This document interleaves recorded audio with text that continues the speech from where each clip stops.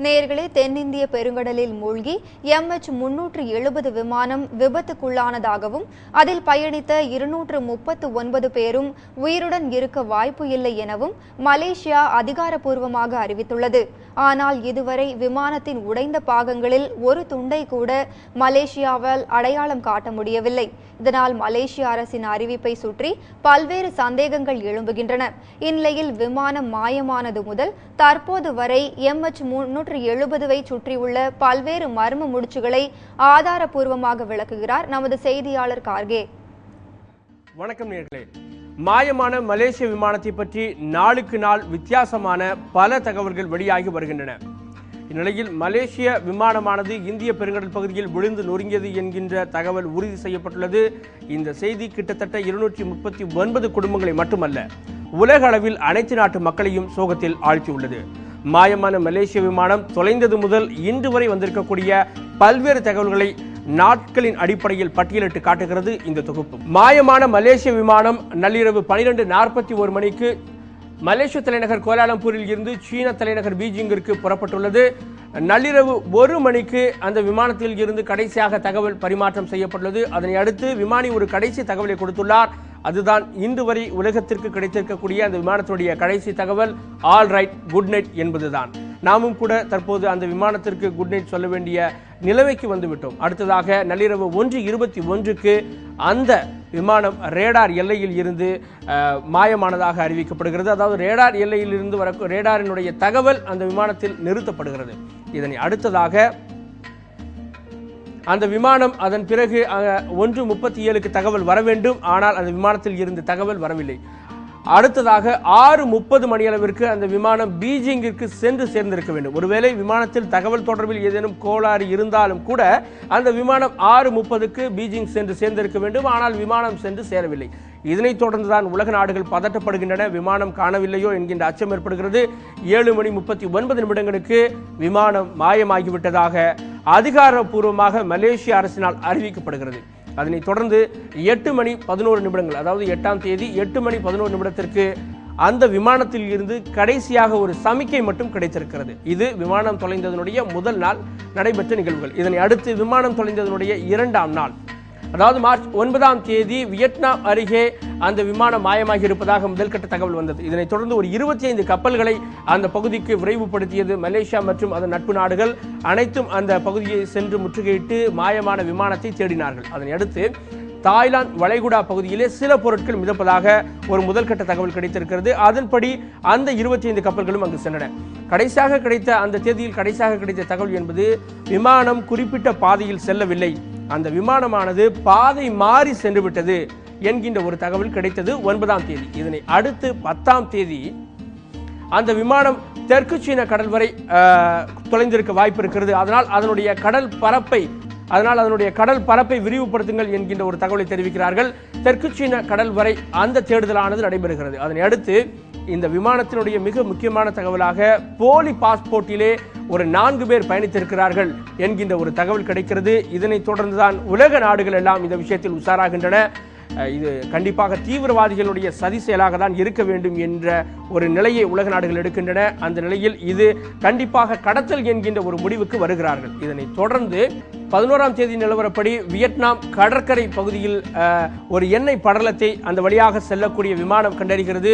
ஒருவேளை இந்த விமானம் விபத்தில் சிக்கியிருக்கும் MH370 அதனுடைய எண்ணெய் படலம் தான் இது என சந்தேகிக்கின்றனர். அதனைத் தொடர்ந்து அதற்கான தேடுதல் பணியும் நடைபெறுகிறது. அதனுடைய முடிவில் அது அந்த விமானத்தினுடைய எரிபொருள் அல்ல என்கின்ற தகவல் உறுதி செய்யப்படுகிறது. அதனைத் தொடர்ந்து இதில் தீவிரவாத சதி செயல் நடக்கவில்லை, இந்த விமானத்தில் போலி பாஸ்போர்ட்டில் வந்துள்ளார்கள் என்பது உண்மை, ஆனால் அதில் தீவிரவாத சதி செயல் நடைபெறவில்லை என்பதை மார்ச் 11ஆம் தேதி இன்டர்போல் உறுதிப்படுத்துகிறார்கள். அதனை அடுத்து மலாக்கா நீரிணைப்பு அருகே, அதாவது மலாக்கா நீரிணைப்பு அருகே இந்த விமானம் மூழ்கி இருக்கிறது என்கின்ற ஒரு அதிகாரப்பூர்வமான ஒரு தகவல் கிடைக்கிறது. அதனைத் தொடர்ந்து மலாக்கா நீரிணைப்பு அருகே தேடுகிறார்கள். அங்கேயும் விமானத்தை காணவில்லை. இதனை அடுத்த தேதி, அதாவது மார்ச் 12ஆம் தேதி விமானம் தொலைந்து போன 5ஆம் நாள், அந்த நாளில் கடத்தல் நடந்திருக்கும் என்ற கோணத்தில் முழுமையாக விசாரணை நடைபெறுகிறது. அதாவது 100% இது கடத்தல் என்கின்ற ரீதியில் அந்த விசாரணை நடைபெறுகிறது. அந்த விமானம் கடத்தப்பட்டிருந்தால் எந்த புறம் சென்றிருக்கும் என்கின்ற ஒரு தகவலும் நோக்கப்படுகிறது. அப்போது அந்த விமானம் மேற்கு நோக்கி திரும்பி உள்ளது என்பது விசாரணையில் தெரிய வருகிறது. அதாவது விமானம் சீனாவிற்கு செல்ல வேண்டும், ஆனால் மேற்கு நோக்கி திரும்பியதற்கான காரணம் என்ன என்பது ஒரு சந்தேகத்தை ஏற்படுத்துகிறது. அதனைத் தொடர்ந்து மலேசியா சரியான தகவலை கொடுக்காமல் தங்களை அலைக்கழிக்கிறது என்று வியட்நாம் நாடு குற்றம் சாட்டுகிறது. மலேசியாவிடம் ஏதோ ஒரு தகவல் இருக்கிறது, அதனை அவர்கள் சரிவர கொடுக்கவில்லை என்ற அந்த செய்தியையும் வியட்நாம் தெரிவிக்கிறது. இதனை அடுத்து விமானம் தொலைந்ததனுடைய 6ஆம் நாள், அதாவது மார்ச் மாதம் 13ஆம் தேதி இந்திய பெருங்கடல் பகுதியில் தேடுதல் வேட்டை நடைபெறுகிறது. ஏனென்றால் சீன கடல் பகுதியிலே இந்த விமானம் இல்லை என்கின்ற தகவல் உறுதிப்படுத்தப்படுகிறது. அதனைத் தொடர்ந்து இந்திய பெருங்கடல் பகுதியிலே அந்த விமானத்தை தேடும் பணி என்பது நடைபெறுகிறது.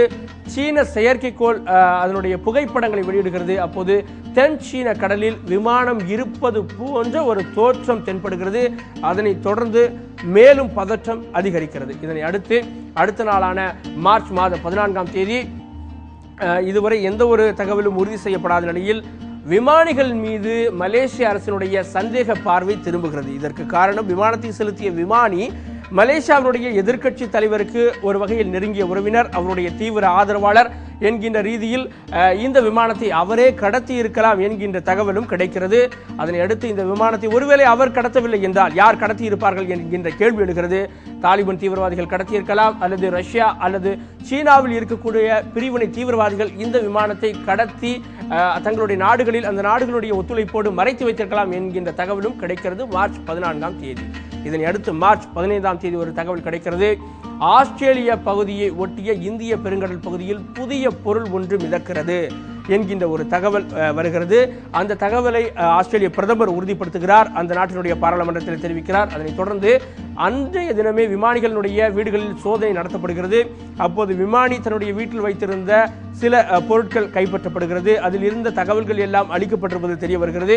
இதனைத் தொடர்ந்து விமானம் உள்நோக்கத்துடனேயே திசை திருப்பப்பட்டுள்ளது, வேண்டுமென்றே விமானத்தினுடைய தகவல் தொடர்பு துண்டிக்கப்பட்டுள்ளது என்று மலேசிய பிரதமர் நஜீப் ரசாக் தெரிவித்தார். இதனை அடுத்து மார்ச் மாதம் 16ஆம் தேதி தொடர்பு துண்டிக்கப்பட்ட பின்பும் கிட்டத்தட்ட ஒரு 7 மணி நேரம் அந்த விமானம் பறந்திருக்கிறது என்கின்ற ஒரு தகவல் கிடைக்கிறது. அப்போதுதான் இது நிச்சயமாக தீவிரவாதிகளுடைய சதி செயலாக இருக்கும் என்கின்ற ஒரு உறுதியான நிலையை எடுக்கிறார்கள் உலக நாடுகள். அதனை அடுத்து இந்த விமானத்தை சோமாலியா போன்ற நாடுகளில் அவர்கள் தரையிறக்கியிருக்க வாய்ப்பு இருக்கிறது. ஏனென்றால் அந்த நாடுகளில் விமானத்தை தரையிறக்குவதற்கு எந்த கட்டுப்பாடுகளும் கிடையாது என்று கூறுகிறார்கள். இந்த மார்ச் 16ஆம் தேதிக்கு பிறகு மார்ச் 17ஆம் தேதி விமானி தற்கொலை செய்து கொண்டிருக்கலாம், அதற்காக விமானத்தை அவர் கடத்தி விமானத்தோடு தானும் இறந்திருக்கலாம் என்கின்ற ஒரு தகவல் கிடைக்கிறது. இதற்கான கோணம் என்பது இதற்கு முந்தைய விமான விபத்துகளின் மூலமாக பெறப்படுகிறது. இதனைத் தொடர்ந்து மார்ச் 17க்கு பிறகு ஒரு மிக முக்கியமான தகவல் என்பது மார்ச் 20ஆம் தேதி கிடைக்கிறது. அதனை அடுத்த 2 நாட்களில் எதுவும் கிடைக்கவில்லை. ஆஸ்திரேலியாவினுடைய மேற்கு கடற்கரை பகுதியிலே பொருட்கள் கிடப்பது குறித்த செயற்கைக்கோள் புகைப்படத்தை அதிகாரப்பூர்வமாக ஆஸ்திரேலியா வெளியிடுகிறது. இதனைத் தொடர்ந்து அந்த செயற்கைக்கோளிலான இன்மார்சாட் அதன் மூலமாக இந்த புகைப்படத்தை ஆய்வுபடுத்தி இது அந்த குறிப்பிட்ட விமானத்தினுடையதாக இருக்கலாம் என்கின்ற ஓரளவு உறுதியான தகவலை ஆஸ்திரேலியா தெரிவிக்கிறது 20ஆம் தேதி. இதனை அடுத்து 23ஆம் தேதி பிரான்சும் புதிய செயற்கைக்கோள் ஒன்றின் மூலமாக புதிய படங்களை பெற்று வெளியிட்டது. அந்த படங்களும் கூட காணாமல் போன விமானத்தின் அளவுள்ள ஒரு பொருளை காட்டுகிறது ஆஸ்திரேலிய கடல் பகுதியில். அதனை அடுத்து இந்திய பெருங்கடல் பகுதியில் தான் மிக பெரிய பொருள் ஒன்று கிடப்பதாக உலக நாடுகள் எல்லோரும் அந்த புகைப்படத்தை வைத்து ஆராய்கிறார்கள். அந்த பகுதி மிகவும் சிக்கலான பகுதி, ஆஸ்திரேலியாவில் மனித நடமாட்டம் இல்லாத பகுதி, கப்பல்கள் செல்லாத பகுதி என கண்டறியப்படக்கூடிய பகுதி. இதனை அடுத்து இறுதியாக மார்ச் 24ஆம் தேதி தான் இந்த தகவலானது வெளியிடப்படுகிறது. விமானம் விபத்துக்குள்ளானது, இந்த விமானத்தில் பயணம் செய்த அனைவரும் மரணமடைந்தனர் என்கின்ற தகவலை மலேசிய பிரதமர் நஜீப் ரசாக் தெரிவிக்கிறார். ஏனென்றால் விமானம் விபத்துக்குள்ளானதாக பல்வேறு தகவல்கள் வந்திருக்கின்றன. அதாவது கிடைத்திருக்கக்கூடிய ஆதாரங்களும் அதனை ஒத்துப்போகின்றன. அதாவது இந்திய பெருங்கடல் பகுதியில் ஆஸ்திரேலியாவை ஒட்டியிருக்கக்கூடிய பகுதியில் விமானம் விபத்துக்குள்ளாகி இருப்பதாக மிக தீவிரமாக நம்புகிறோம். அதனால் இந்த விமான விபத்தில் அனைவரும் உயிரிழந்திருக்கிறார்கள், அவர்களுடைய உறவினர்களுக்கு ஆழ்ந்த அனுதாபங்களை தெரிவித்துக் கொள்கிறோம் என்கின்ற தகவலை மலேசிய பிரதமர் நஜீப் ரசாக் தெரிவிக்கிறார். இந்த தகவலை தொடர்ந்துதான் உலக நாடுகள் எல்லாம் மலேசியா ஒரு தெளிவில்லாத நிலையில் இருப்பதாக குற்றம் சாட்டுகிறது. சீனாவும் சீனாவினுடைய அரசு தொலைக்காட்சியும் மலேசியா மக்களை ஏமாற்றுகிறது, மலேசியா பக்கம் ஏதோ ஒரு மர்மம் இருக்கிறது என்கின்ற ஒரு தகவலை இப்போதும் வெளிப்படுத்துகிறார்கள். உலக நாடுகளுடைய இன்னொரு கேள்வி என்பது, மலேசியாவை பொறுத்தவரையில் தீவிரவாதிகள் இந்த விமானத்தை கடத்தியிருந்தால் இவர்களுடைய கணிப்புப்படி தற்போது அந்த விமானம் மூழ்கி சேதமடைந்து விட்டது, அனைவரும் உயிரிழந்து விட்டார்கள் என்றால் மலேசிய நாட்டிற்கான அந்த அழுத்தம் என்பது குறையும். அதன் பிறகு தீவிரவாதிகள் ஒருவேளை கடத்தியிருந்தாலும் அவர்களாக இந்த விமானம் குறித்த தகவலை வெளியே கொண்டு வருவார்கள் என்கின்ற ஒரு தகவல் கூட இந்த விஷயத்தில் இருக்கிறது. எப்படி இருந்தாலும் விமானம் மாயமானதில் இருந்து 16 நாட்கள் ஒவ்வொருவருடைய நாடித்துடிப்பும் உலகம் முழுவதுமே ஆட்டி படைத்துக் கொண்டிருந்தது இந்த MH370. இந்த கடல் பகுதியிலே காணாமல் போன இந்த விமானம் குறித்த பல்வேறு செய்திகளை இத்தனை நாட்கள் இந்த விமானம் வெளிப்படுத்தி இருக்கக்கூடிய பல்வேறு புதிர்களுக்கான செய்தியை பார்த்தோம். மீண்டும் அடுத்த செய்தி தொகுப்பிலே சந்திக்கலாம். நன்றி, வணக்கம்.